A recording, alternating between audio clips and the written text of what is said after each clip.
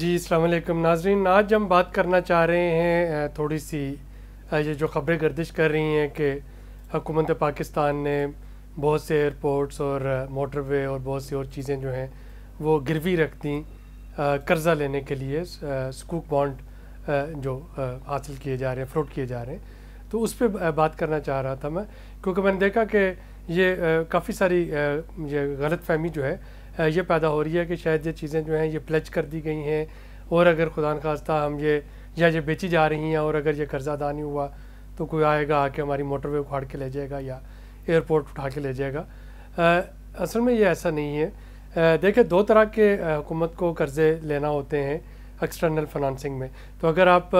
Budget بک اٹھا کے دیکھتے ہیں، بجٹ ان بریف یا کسی بھی سال کی، تو اس پہ لکھا ہوتا ہے کہ حکومت کی ٹوٹل ریونیو کتنا اکٹھا ہوگا، اخراجات کتنے ہیں، ڈیفیسٹ کیا ہے، وہ جو خسارہ ہے وہ کہاں سے پورا ہوگا۔ خسارہ پورا کرنے کے دو ذرائع ہوتے ہیں، یا وہ ایکسٹرنل فنانسنگ ہوتی ہے یا وہ ڈومیسٹک ریسورسز سے ہوتا ہے۔ جو ایکسٹرنل فنانسنگ ہوتی ہے اس میں پھر دو طریقے ہوتے ہیں، یا وہ کمرشل لونز ہوتے ہیں یا وہ ملٹی لیٹرل اور بائی لیٹرل لونز ہوتے ہیں۔ آئی ایم ایف سے لے لیا، ورلڈ بینک سے لے لیا، اے ڈی بی سے لے لیا۔ تو یہ جو سکوک بانڈ ہیں، یورو بانڈ ہیں، ڈالر بانڈ ہیں، یہ کمرشل لونز میں آتے ہیں۔ اب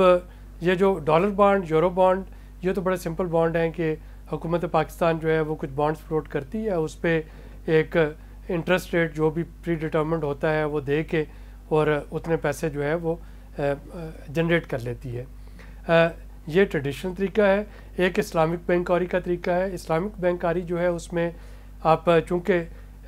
جو سرمایہ ہے، سرمایہ پہ سود نہیں دے سکتے، تو اس میں شراکت داری کا تصور ہے۔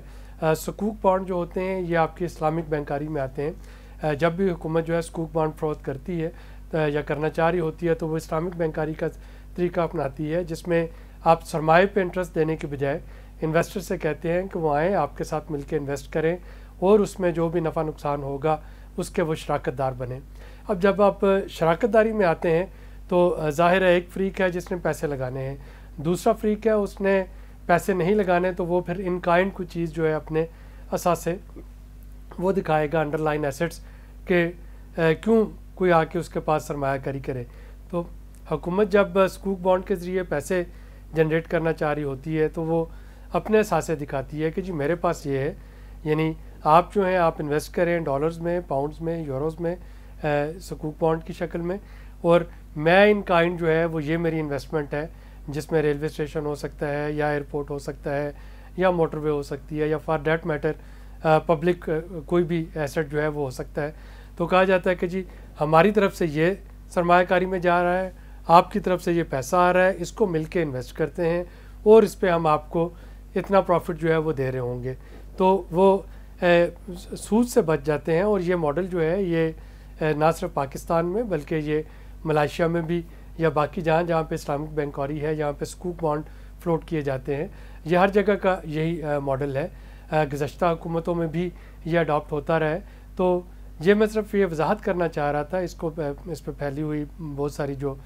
دیکھ کے کنفیوژن بھی، اور کچھ لوگ جو ہے لا علمی میں اس پہ بیان بھی دے رہے تھے کہ شاید اتنے قیمتی اثاثے جو ہیں وہ گروی رکھ دیے گئے، کہ یہ گروی نہیں رکھے جاتے، یہ ایکویٹی ہوتی ہے یا انڈر لائن ایسٹس ہوتے ہیں یا آپ کی ان کائنڈ سرمایہ کاری ہوتی ہے، جس کے بدلے میں آپ سرمایہ کاری اپنے ملک کے لیے لا رہے ہوتے ہیں سکوک بانڈز کے ذریعے، اور پھر اس پہ آپ ایک پروفٹ جو ہے وہ دے رہے ہوتے ہیں۔ اس میں ڈیفالٹ کا اس لیے کوئی خطرہ نہیں ہے کہ ماشاءاللہ پاکستان حکومت نے ابھی تک اپنے کسی بھی ساورن ڈیٹ پہ ڈیفالٹ نہیں کیا۔ ایک سوال یہ پوچھا جاتا ہے کہ اچھا جی اگر 3 سال بعد یا 5 سال بعد یا 6 جو بھی اس کی مدت ہے اس وقت حکومت کیا کرتی ہے؟ تو جو مروجہ طریقہ کار ہے، حکومتیں ری فنانس کرتی ہیں، تو جو ایک دفعہ وہ بانڈ فلوٹ کر کے جو پیسے وہ جنریٹ کرتی ہیں، جب وہ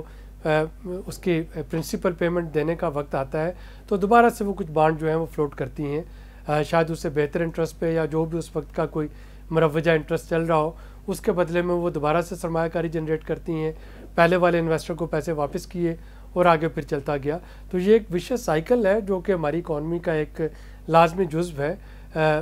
جس میں کہ ہمیں قرضے اتارنے کے لیے مزید قرضے لینا پڑتے ہیں، اور یہ صرف پاکستان ہی کے لیے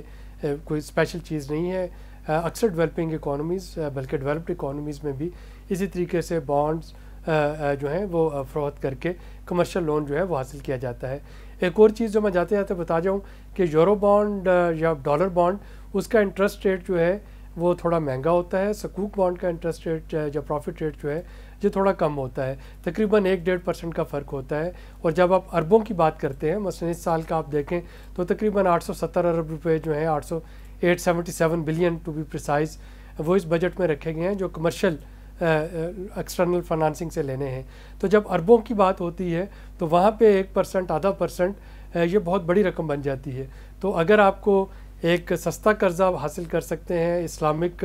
جو لاز ہیں ان کو فالو کر کے حاصل کر سکتے ہیں, تو پھر ظاہر ہے کہ اس کو پریفرنس دی جانی چاہیے. اور اس کے ساتھ پھر آپ کو کچھ انڈر لائن ایسٹس یا کوئی ایکویٹی دکھانا پڑے گی, اور یہ ایکویٹی ہی ہے جو کہ دکھائی جا رہی ہے کہ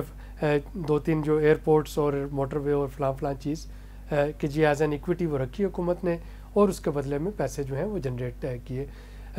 اور جیسا کہ میں نے دوبارہ رپیٹ کرتا چلوں کہ یہ موجودہ حکومت پہلی دفعہ نہیں کر رہی, پچھلی حکومتیں بھی جب بھی وہ سکوک بانڈ ایشو کرتی تھیں تو اسی طریقے سے اپنے انڈر لائن ایسٹس ساتھ میں دکھاتی تھیں یا وہ اس کو ڈکلیئر کرتی تھی کہ یہ ہماری طرف سے یہ انویسٹمنٹ ہوگی. تو امید ہے کہ یہ چھوٹا سا جو ہے میرا بیان